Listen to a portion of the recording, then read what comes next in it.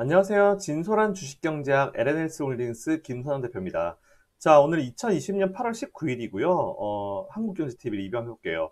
자, 원래 제가 월요일하고 금요일만 출연을 하잖아요. 근데 이번 주엔 수요일날 한번 나왔습니다.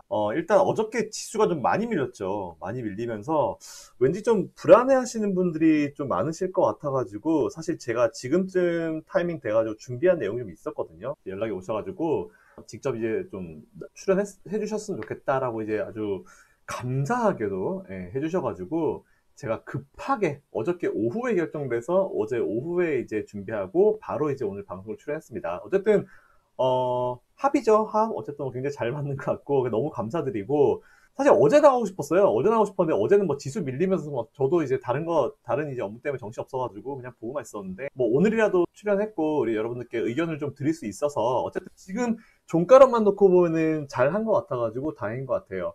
자, 오늘 내용은 중간에 끊지 마시고 영상이 좀 길다 하더라도 이거를 들으시면은 여러분들이 앞으로 중간에 시장에 조정이 나올 때 그때 그 설명이 있었지라고 제가 지금부터 설명드린 팩트를 토대로 마인드 컨트롤 하실 수 있는 되게 좋은 내용이 될 거예요. 그렇기 때문에 오늘 영상은 중간에 끊지 마시고 끝까지 쭉 시청해 주십시오. 자, 보면은 사실은 이제 최근에 2개월 동안 우리 지수가 되게 안정적인 상승을 만들어 왔잖아요. 그래서 제가 중간에 방송 나가면서도 어차피 시장은 계속 갈 거다라는 말씀 드렸지만 이런 표현을 했었죠. 조정은 있어 왔고 있을 것이고 있어야 한다라고 제가 표현을 좀 했었어요.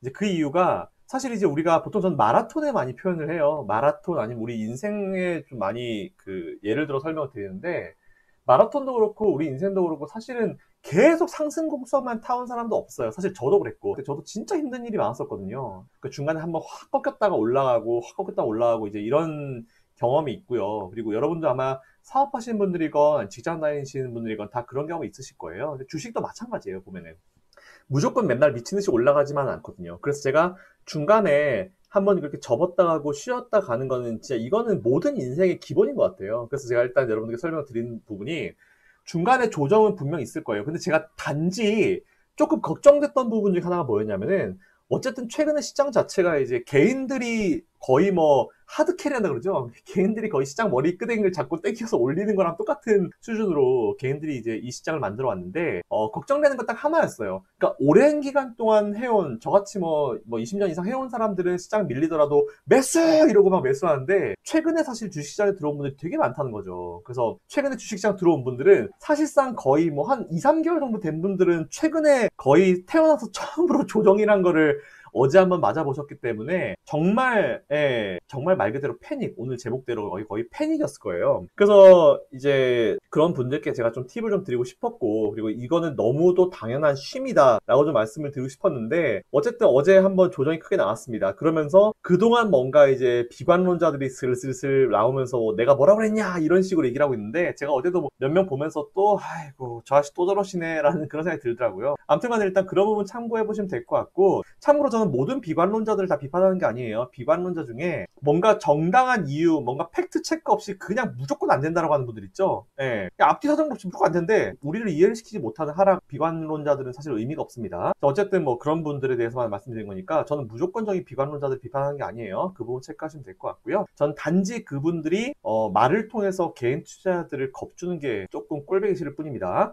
자, 보면은 사실 어제 시장 빠진 이유를 한번 볼게요. 어제 사실 지수가 많이 빠졌죠. 코스닥도 뭐 4% 넘게 빠지고 그랬는데 어제 빠진 이유를 정말 간단하게 설명드릴게요. 아까 방송에서 설명드렸는데 일반적으로 지금 시장 보면은 양분이에요. 그러니까 시장에 들어와 있는 자금은 예를 들어서 뭐 1조다. 그러면 그 1조 가지고 서로 플레이를 하는 건데 보통 일반적으로 지금 보면은 양분인데 삼성전자 한쪽 코너에는 삼성전자 한쪽 코너에는 바이오 제약 업종이 있어요. 거의 뭐 삼성전자 종목 하나가 이제 거의 하드캐리한 느낌인데 양쪽으로 이제 분할이 되어 있는데 일반적으로 삼성전자가 올라가는 날에는 바이오 제약이 빠지고 그리고 바이오 제약이 올라가는 날에는 삼성전자 빠져요. 왜 그러냐면은 예를 들어서 시장에 1조라는 돈이 있어. 그럼 삼성전자 쪽에 한 9천억 들어갔어. 그러면은 바이오 제약은 1,000억밖에 안 들어가니까 당연히 상대적으로 밀리겠죠. 반대로 바이오 제약에 9천억이 들어갔어. 그럼 삼성전자에 1,000억밖에 안 들어가니까 당연히 삼성전자 상대적으로 밀리는 거 아니에요. 오늘 IT주들이 밀리고 그죠? 진단 관련 애들 코로나 관련 바이오 제약들 조금 움직인 거 이런 느낌으로 보시면 돼요. 그런 상태에서 어저께 아침부터 삼성전자가 이제 랠리를 시작했죠. 확 치고 이제 코스피를 쫙 끌어당기고 있었는데 어제 같은 경우 갑자기 이제 코로나19가 좀 퍼지면서 사실 수급상으로 봤을 땐 삼성전자 가면 바이오 제약이 좀 쉬어야 되는데 바이오 제약이 쉴 수가 없었죠. 왜냐면은 지금 코로나19가 재확산된다는 얘기가 나오는데 바이오 제약주들이 가만히 있겠어요? 당연히 그러니까 이쪽이 뭔가 올라가긴 올라가야 되는데 올라가려면 뭐가 필요해요? 돈이 필요하죠. 그러면 이 돈이 어디서 나겠어요? 삼성전자에서 돈을 끌어오든지 아니면은 다른 어떤 뭐 실적 좋고 뭐 이런 종목 쪽에 들어갔었던 수급들을 땡겨가지고 넣든지 둘 중에 하나일 거 아니에요. 그렇기 때문에 어제는 종가 기준으로 봤을 때 삼전도 망하고 바이오 제약도 애매하고 나머지 종목도 다 망가지고 이렇게 망가진 거예요. 그래서 그러다 보니까 수급이 꼬이면서 전체적인 시장이 떨어졌다. 좀 빠진 부분은 그냥 적정 조정이다. 코로나19가 재확산되면서 나온 적정 조정이다라고 여러분들 생각하시면 될 것 같고요. 어쨌든 추가 하락에 대한 가능성은 충분히 있을 수 있습니다. 그래서 제가 오늘 어느 정도 추가 하락이 있을 수 있는지 여러분들께 한번 좀 말씀을 드리고 싶어요. 자, 일단 제가 준비한 화면 한번 보겠습니다. 첫 번째 제가 준비한 이미지는요. 이게 뭐냐면은 지난 2004년도부터 7년도 대세 상승장에 나왔었던 그 각 포인트마다 조정 포인트인데요. 보시면은 저점부터 2004년도, 제가 보면서 볼게요. 2004년도, 5년도, 6년도, 7년도, 햇소는 4년이죠. 4년이고, 기본 한 3년 정도 되는 이 기간 동안에 검은색 박스칸을 보시면은 이 박스칸을 제가 각 시기별로 단기 고점 대비해서 10% 이상 밀린 조정 포인트를 제가 이제 검은색 박스권 칠해봤거든요. 보시면 몇 번입니까? 하나, 둘, 셋, 넷, 다섯, 여섯, 일곱, 여덟, 아홉, 열 번 정도 있죠? 보시면은 3년의 기간 동안 거의 10번 있습니다. 그렇게 치면은 총 36개월이니까 3.6개월 정도의 한 번 꼴로 단기 고점 대비해서 10%의 조정이 있어 왔다라는 그런 결론을 여러분들이 보실 수 있는 거잖아요. 그 중에서 보시면 20%가 넘는 조정기 뭐 이때나 이런 구간도 있었고 뭐 이때도 20% 넘겠죠. 네, 이런 구간도 있었다라는 부분을 여러분들이 좀 포인트 잡아서 생각해 보시면 될 것 같아요. 그리고 그 다음에 이제 2008년도 금융위기 이후의 이제 흐름만 보겠습니다. 자, 본 차트는요, 2008년도 금융위기가 앞에서 얻어맞고 나서 2009년부터 2010년, 2011년 약 2년의 기간 동안에 턴어라운드 하는 그 포인트에 나온 단기 고점 대비해서 10% 정도 밀린 조정 구간이다라고 보시면 될 것 같은데요. 보시면 한 번, 두 번, 세 번, 네 번, 다섯 번, 총 5번의 시기가 있었어요. 보면 이것도 한 2년 기간 동안에 5번이니까 24개월에 5번 나누면은 대략적으로 한 4, 5개월에 한 번 정도는 한 번 정도 이제 큰 단기 고점 대비해서 10% 이상의 조정이 있었다라는 부분을 여러분들이 좀 참고를 하실 수 있을 것 같습니다. 자, 그러면은 과연 이제 이 2004년도 케이스랑 2009년도 케이스랑 이번에 2020년도 지금 케이스랑 비슷한 어떤 케이스의 대세상 상승량이 언젠가라는 부분이 좀 궁금하실 텐데 아까 말씀드렸던 대로 방송에서 말씀드렸던 대로 2008년도 지금 보고 계신 이 차트의 2008년도 차트랑 지금 2020년도의 차트가 지금이랑 굉장히 유사한 부분이 많다라는 부분을 좀 포인트 잡으시면 될 것 같아요. 여러 가지 유사한 점이 되게 많아요. 그 유사한 점의 첫 번째는 2008년도 금융위기 때도 그랬고 지금 2020년도도 그랬고 연준이 양적 완화를 진행하고 있다는 부분, 그게 첫 번째고요. 두 번째는 한국은행이 사실 역사적으로 봤을 때 임시 금통임 총 3번을 했거든요. 근데 그 3번의 금통위 기간 중에 한 번이 2008년도 금융위기 저때 나왔고 한 번이 이번에 2020년도 3월 달에 코로나19 때문에 급락이 났을 때 그때 한국은행의 임시 금통위가 열렸습니다. 그 부분 좀 체크하시면 될 것 같고요. 제가 근데 이제 그 중에서 오늘 좀 포인트를 잡아서 여러분들께 설명드릴 건 언제냐면은 연준의 양적 완화를 가지고 여러분들께 좀 설명을 좀 드려볼 거예요. 자, 제가 준비한 그 다음 이미지 한번 보실게요. 자, 이 이미지를 보시면은 이때 이미지가 언제냐면은 2009년도, 그러니까 2008년도 금융위기 이후에 2009년도에 이제 시장이 연준의 1차 양적 완화 발표 이후에 증시 흐름을 나타내는 차트인데요. 당시에 2009년도 3월 18일 날 연준이 6개월 정도, 딱 6개월이라 그때 고정을 했어요. 자, 지금부터 6개월 동안 양적 완화하겠습니다. 라고 1차 양적 완화를 3월 18일 날, 보시면 여기 맨 왼쪽에 1차 QE라고 적혀있죠. 1차 QE. 네. 이때가 딱 3월 18일인데 이날에 지금부터 6개월간 양적 완화를 시작하겠다라고 딱 발표를 했습니다. 물론 그 앞에 영차도 있어요. 영차도 있는데 영차는 거의 립 서비스였고 1차 때 뭔가 딱 하겠다라고 날짜 지정하고 금액 지정하고 언제까지 하겠다라고 지정하기 때문에 전 사실 전날이 되게 중요하다 보거든요. 자, 어쨌든 간에 실제로 돈을 풀기 시작한 시점을 1차로 잡고 2009년 3월 18일을 기준으로 한번 보겠습니다. 자, 그러면은 우리 우리 2009년도 3월 저점 한번 볼게요. 보시면 3월 저점 얼마입니까? 992.69포인트죠. 그리고 6개월 후에 연준이 양적 완화를 하겠다라고 했었던 3월 이후에 6개월, 그럼 딱 9월 달이잖아요. 그러면은 9월 달 딱 보니까 희한하게 또 9월 달에 딱 고점이 만들어지고 그 이후에 조정이 나오죠. 자, 그럼 9월 23일 고점 보겠습니다. 1723.17포인트죠. 그러면은 저점 대비해서 얼마 정도 올라왔냐? 1차 양적 완화를 해서 그 효과로 인해서 지수가 약 70.69%가 상승했다라는 부분을 여러분들이 좀 포인트를 삼아서 보실 수 있을 것 같아요. 자, 근데 희한한 게 보면은 저 때도 저점이 3월이었네? 가만 생각해보니까 이번 2020년도에도 3월달이 저점이었잖아요. 맞잖아요. 희한하죠? 우연일치 치고는 뭔가 저 때도 3월이었고 지금도 3월이었고 저점이 3월이었는데, 참고로 이번에 그 3월달에 코스피의 저점 포인트가 1439.43포인트예요. 그리고 이번에 조정 전의 고점이 2458.17포인트. 제가 그걸 딱 계산해보니까 70.81% 지수가 급반응 나왔습니다. 1439부터 2458 계산해보면은 70.81% 정도가 지수가 급등했어요. 되게 재밌죠? 방금 보여드린 자료에 따르면은 2009년도 저점부터 딱 1차 양적 완화 진행되는 6개월 동안 지수가 73.69%가 상승했는데, 이번에 저점 3월부터 이번에 고점까지 딱 봤을 때 70.81%가 급반응했어요. 자, 이게 또 우연치고는 두 번째로도 재밌는 건데, 저점을 3월달에 만들었고 고점을 딱 만들었는데 두 시기의 상승률을 보니까 73% 그리고 이번엔 70%. 우연의 일치치고는 또 재밌는 포인트가 나왔습니다. 3월달 저점 만들었고 70%대 반등했다는 부분이 좀 재밌는데요. 단지 다른 부분은 그때 당시에는 조정이 이제 9월달에 이제 조정이 시작됐다는 부분이고, 이번에는 그때보다 한 달 정도 빠른 8월달에 조정이 시작됐다는 부분. 사실 근데 이것도 뭐 1개월 차이긴 한데 딱히 뭐 다른 건 없어요. 그죠?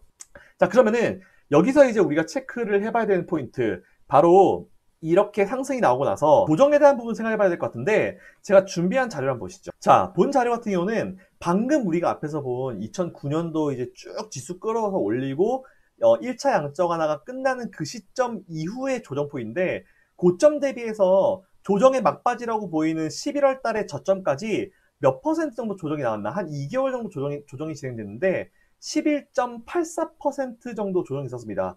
여기서도 대략적으로 10%대 조정이 있고 나서 다시 지수 반등이 이제 있잖아요. 그러니까 정말 나이브하게 지금이랑 그때 당시를 비교를 하는 거니까, 만일 이거를 적용시켜서 지금 최근의 고점 얼마입니까? 2458포인트죠?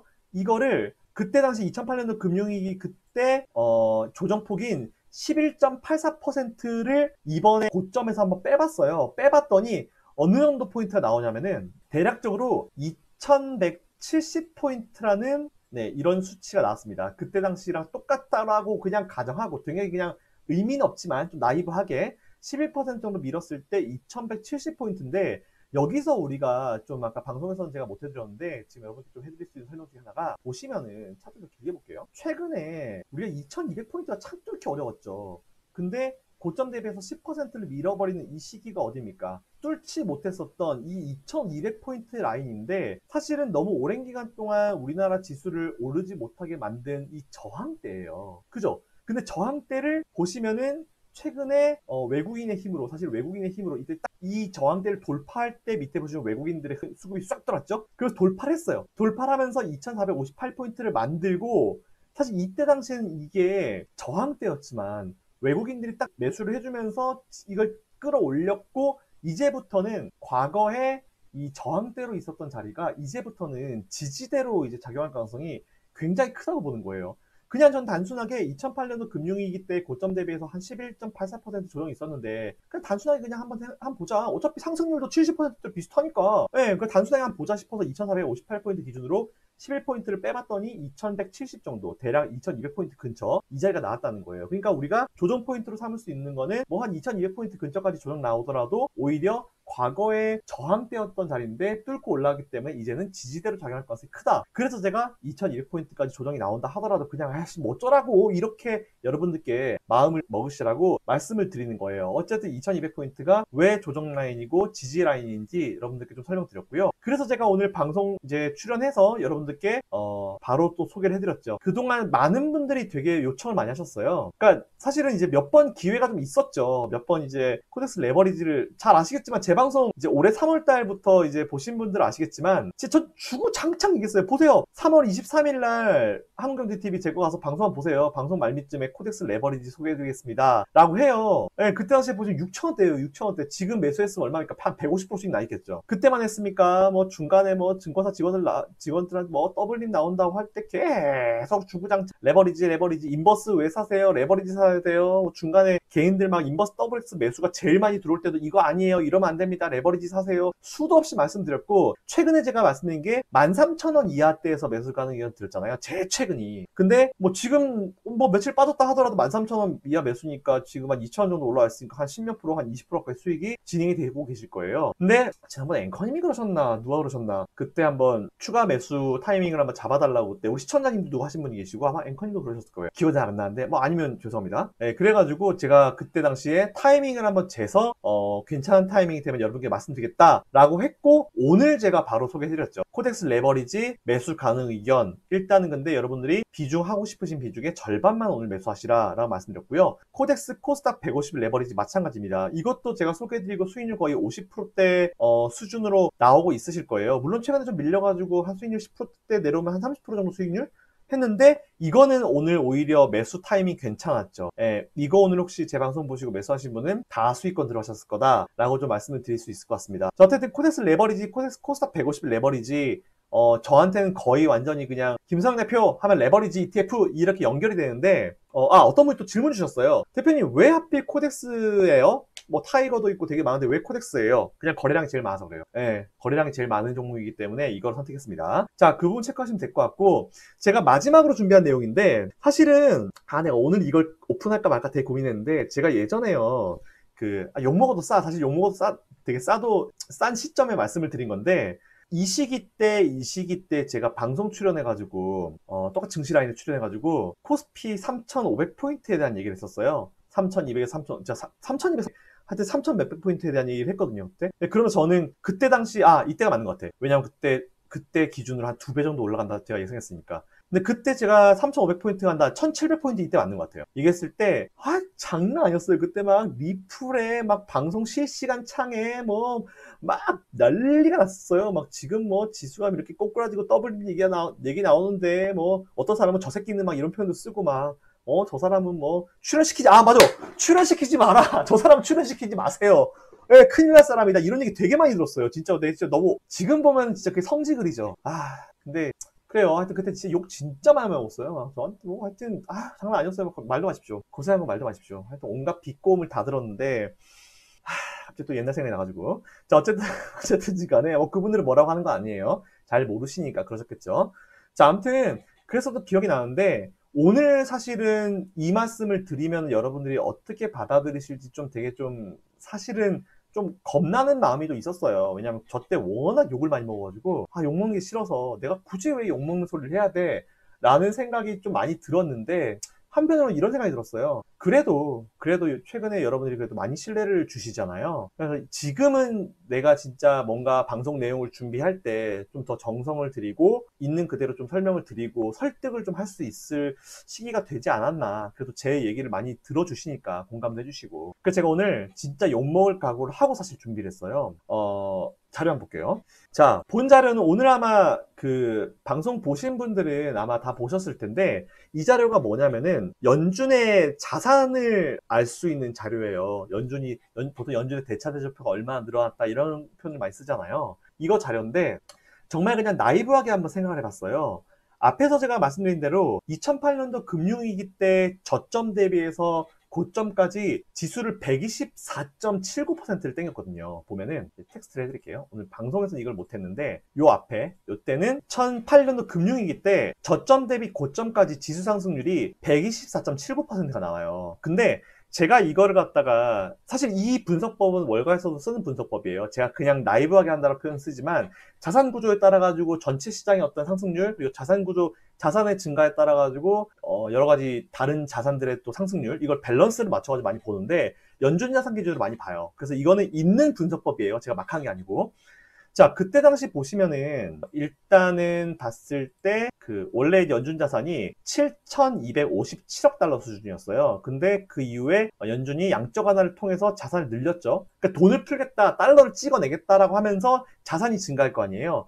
그러면은 이제 얼마까지 증가했냐? 2조 2,128억 달러까지 증가를 해요. 그러면은 원래 요 저점보다 여기보다 여기까지 말씀드린 거예요. 요 밑에선 여기가 9,257억 달러, 그리고 요 위에가 2조 2천억 달러 수준. 여기서부터 여기까지인데 약 이 사이 구간이 1조 3천억 달러 정도 돼요. 자, 그러면서 생각해 볼게요. 1조 3천억 달러를 들여가지고 저점부터 지수 고점까지 지수를 약 124.79%를 증가시켰다. 사실은 좀 더 봐야 돼. 왜냐하면은 랠리가 2010년도 이 뒤에까지 쭉 나왔기 때문에 이 뒤에 봐야 되는데 사실 이때랑 큰 차이는 없어요. 그래서 그냥 비슷하게 그냥 계산했고요. 1조 3천억 달러를 증가시키면서 지수를 124.79%를 땡겨 올렸어요. 지수를. 우리나라 코스피 기준으로.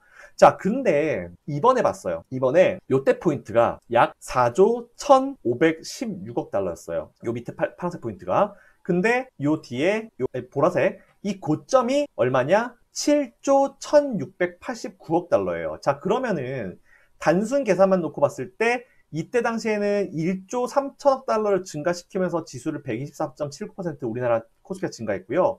그럼 이때는 지금은 얼마입니까? 약 3조 달러가 증가했어요. 그럼 이때는 1조 3천억 달러, 이때는 3조 달러니까 약 2.3배가 더 증가했죠. 그만큼 대차대조표가 더 증가했죠. 자, 그러면은 그런데도 불구하고 오케이, 알았어. 그러면은 그냥 다 빼놓고 2.3배 그냥 이거 계산 치지 말고 뭐 애매하니까 치지 말고 오케이, 그러면은 비록 지금보다 2.3배는 덜 하지만 그때 당시에 이 정도, 그때 당시에 기준만 놓고 봤을 때 124.79%란 지수를 증가시켰잖아요. 자, 그러면은 오히려 지금 이번에 3월 저점 대비해서 124.79% 지수를 증가시키면은 어딘지 한번 보자라는 게 사실 저의 오늘 방송 포인트였어요. 아니, 예를 들어서, 아니, 이번에 사실 2.3배 더 증가시켰기 때문에, 그럼 이거 그냥 베이스, 이거 풀어서 이거 해서 이거를 갖다가 이번 3월 저점 대비해서 올라온 거 계산하면은, 예, 오히려 그게 최저점이 될 수 있잖아요. 왜냐면 지수, 이만큼 더 풀었는데 이거를 제가 무시하고 그냥 지난번처럼만 기준으로 잡아서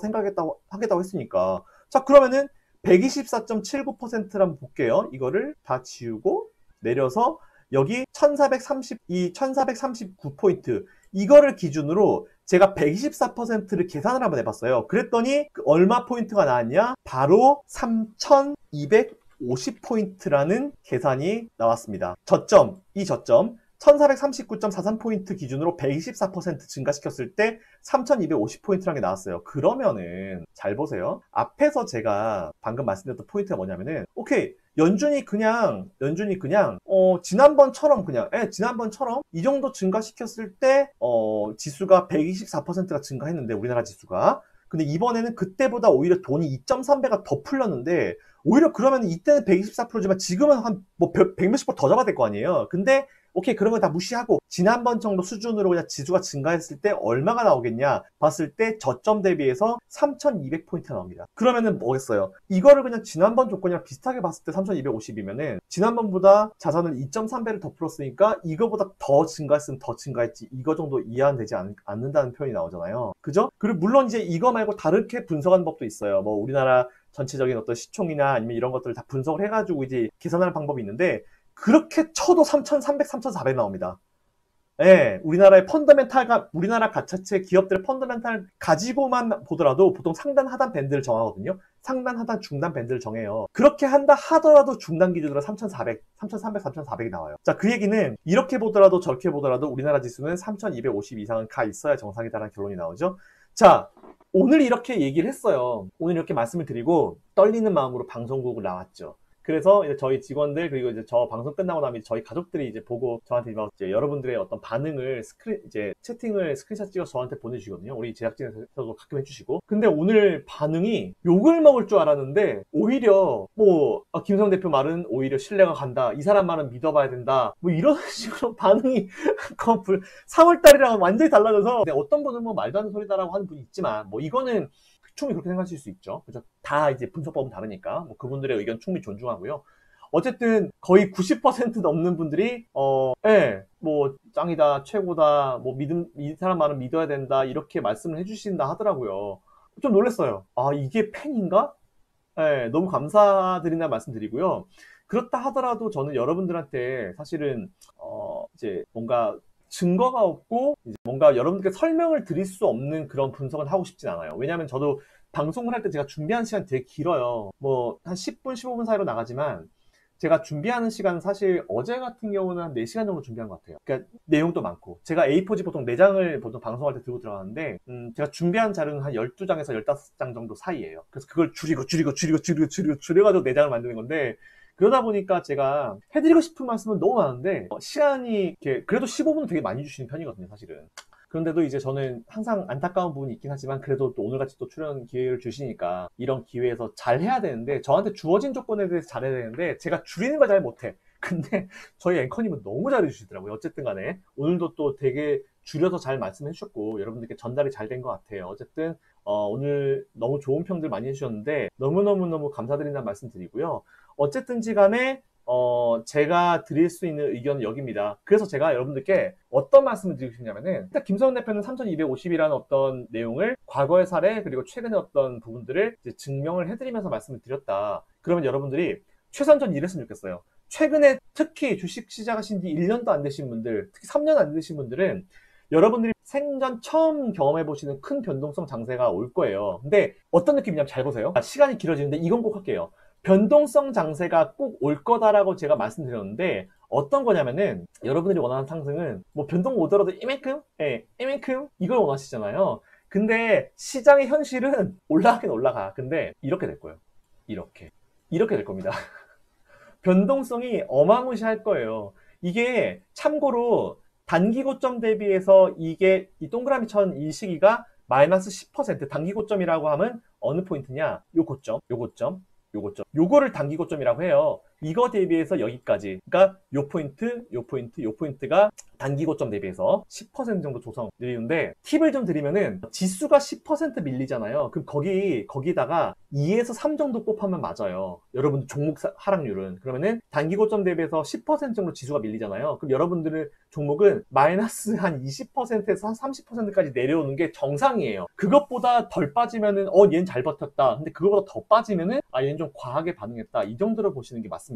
그거는 뭐 아주 간단한 꿀팁 하나 드리는 거고요. 어쨌든 이런 시기가 올 거예요. 그러니까 이런 큰 변동성 여러분들이 잘 버티셔야 됩니다. 특히 최근에 주식 시작하신 분들은 이거는 그냥 너무 일상적인 거예요. 너무 일상적인 조정이기 때문에 하루에 지수 4% 밀렸다. 야, 이거 끝나는 거 아니냐? 아니요. 불과 몇 개월 전만 하더라도 하루에 지수가 10몇 프로씩 밀렸어요. 하루에. 기억나시죠? 3월달 한번 같이 얻어맞아 보신 분들은. 자, 그 부분 체크하시면 될 것 같습니다. 제가 준비한 내용은 여기까지고요. 저는 여러분들이 다 사실은 성공적인 투자를 꼭 하셨으면 좋겠다라는 생각밖에 없어요. 네, 저의 어떤 진심 마음 여러분들이 꼭 알아주시면 좋겠고요. 이번 주 금요일 날은 저희가 단기 종목 해드린 날이잖아요. 단기 종목 중에 빠진 종목들, 특히 뭐 올라간 종목 상관없어요. 오늘 보면은 뭐 TCK 지난주 금요일 날 제가 소개해드린 종목인데 TCK 같은 종목 급등 나왔죠. 오늘 14.86% 잠깐 볼까요? 네, TCK 오늘 급등 나왔죠. 그리고 뭐 DRGEM도 좀 괜찮아졌고 어제 많이 밀리긴 했지만 일단 근데 제가 금요일 날 출연하면은 일단 수익 난 종목 체크해드리고 그 중간에 많이 빠진 종목 볼게요. 사실 올라간 종목은 뭐 전 별로 의미 없어요. 왜냐면은 빠진 종목으로 여러분들이 걱정 많이 하실 거기 때문에 빠진 종목들 위주로 해서 실적 체크를 한번 해드릴게요. 그러니까 그거 금요일 방송도 많은 시청 부탁드리고요. 개인 투자자분들을 위해서 항상 최선을 다할 테니까 제 유튜브 보시고 좋아요도 많이 눌러주시고 그 주변에 홍보를 좀 많이 해주십시오. 그리고 라이브 방송 잠깐 제가 그 예고를 드리면은 이번 주 토요일에 할 가능성이 꽤 높아 보여요. 제가 아마 하루 이틀 내에 결정할 것 같은데 내용은 준비를 거의 했어요. 네, 일정 부분이 제가 사실 제 주업이 있기 때문에 그것 때문에 좀 바빠서 지금 제가 아직 공지를 못 드리고 있는데 공지 드리겠습니다. 어쨌든 많이 참여해 주시고요. 이번 주 금요일 날 방송도 많은 시청 부탁드립니다. 자, 이상 진솔한 주식경제학 LS 홀딩스 김선 대표였습니다. 자, 내일도 성투하시고요. 이번 주 금요일 날 뵐게요. 감사합니다.